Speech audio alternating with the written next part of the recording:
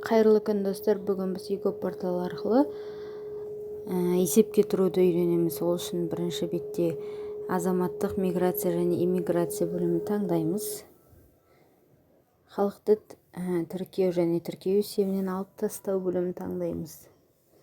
Кім есепке тұрады? Бірінші соның этспісімен кіреміз әуелі. Яғни осы жерде тұрғылықты жері бойынша тіркеу батырмасын басамыз. Онлайн сұрау батырмасы.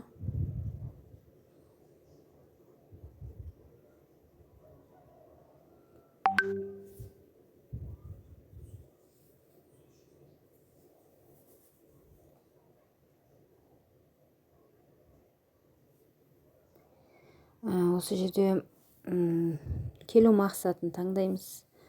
Басқа, қоғамдық санаты, жұмысшы ма, жұмыссыз, студент.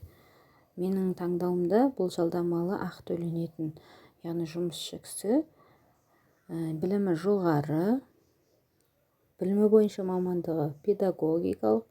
Сіз өзіңізге қатысты адамдыкін таңдайсыз. Әрі қарай тіркеудің себебі қала ішінде ма, облыс ішінде ма, облыстан облысқа қарай тұрғылықты мекенжайы өзгеру бойынша ма, или бастапқы тіркеу ма, өзіңізге керегін таңдайсыз. Менің жағдайымда бұл облыстан облысқа тұрғылықты жерінің өзгеруі.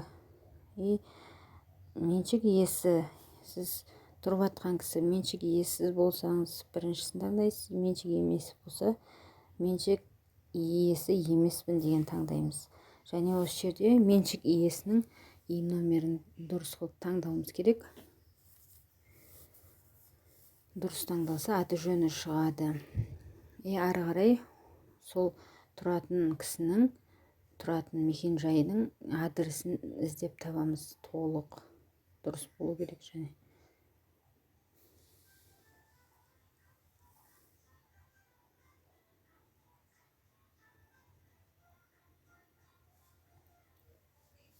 бұл жерде жеке мәліметтер бойынша жасырып қоюды жөн көрдік.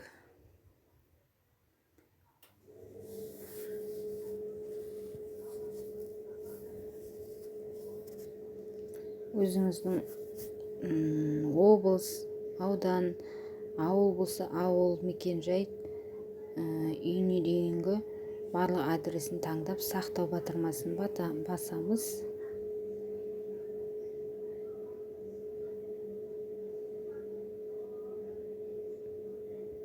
Және үй номері болады. Үй номерін жазамыз. Пәтері болса пәтерін жазамыз. Содан кейін тексеруге жібереміз.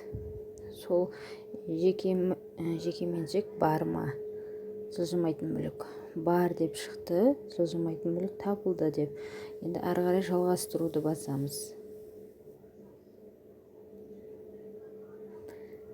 Және есепке тұратын адамның СП ключінің РСА батырмасы арқылы қол қоямыз.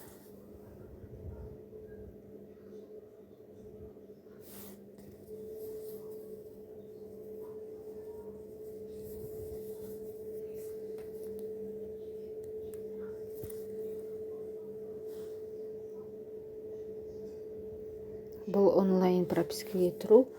Егерде ол тұрып жатқан кісіні пропискадан шығарып жібермесе ғана мүмкін онлайн тұруға болады. Ал егер оны басқа жерден шығарып жіберген болса, оны тек соннан арқылы штраф, ортада штраф болады. Соны төлегеннен кейін барып пропискаға тұра алады. Ал оны басқа пропискадан шығарып жібермей, тек бер жаққа біз тартып ала аламыз пропискаға қою үшін. Қол қойылғаннан кейін үйдің иесі кім? Сол екі адам ба, или бір адамның атында ма? Сол кісілердің аты жөні шығады. Және енді осы кісілерден келісім күтілуде деп тұрады. Енді кезекте осы екі хозяин өздері разрешение беру керек. Олар өзінің СП ключімен онлайн түрде ашып, личный кабинеттен қабылдаймын или қабылдамаймын деп өзінің